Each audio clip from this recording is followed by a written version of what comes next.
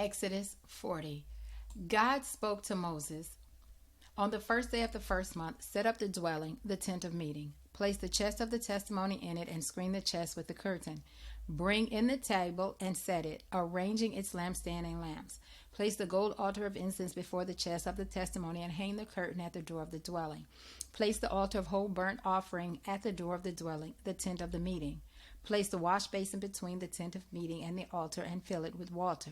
Set up the courtyard on all sides and hang the curtain at the entrance to the courtyard.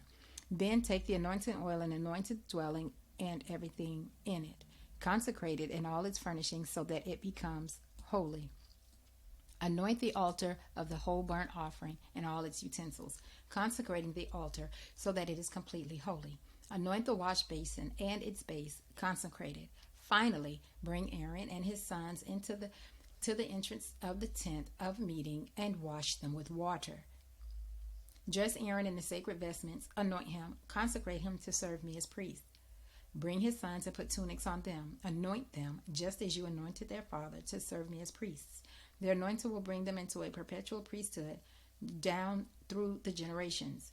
Moses did everything God commanded. He did it all. On the first day of the first month of the second year, the dwelling was set up. Moses set it up. He laid its bases, erected the frames, placed the crossbars, set the posts, spread the tent over the dwelling, and put the covering over the tent, just as God had commanded Moses. He placed the testimony in the chest, inserted the poles for carrying the chest, and placed the lid, the atonement cover, on it. He brought the chest into the dwelling and set up the curtain screening off the chest of the testimony, just as God had commanded Moses.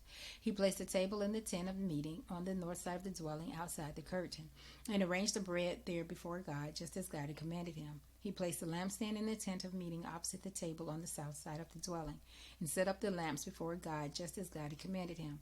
Moses placed the gold altar in the tent of meeting in front of the curtain, and burned the fragrant incense on it, just as God had commanded him. He placed the screen at the entrance to the dwelling. He set the altar of whole burnt offering at the door of the dwelling, the tent of meeting, and offered up the whole burnt offerings and the grain offerings, just as God had commanded Moses. He placed the wash basin between the tent of meeting and the altar, and filled it with water for washing. Moses and Aaron and his sons washed their hands and feet there. When they entered the tent of meeting and when they served at the altar, they washed, just as God had commanded Moses.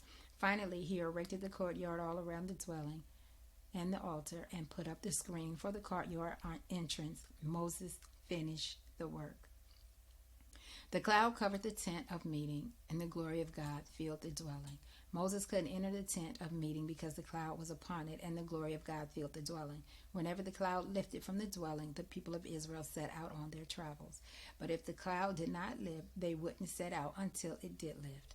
The cloud of God was over the dwelling during the day, and the fire was in it at night, visible to all the Israelites in all their travels.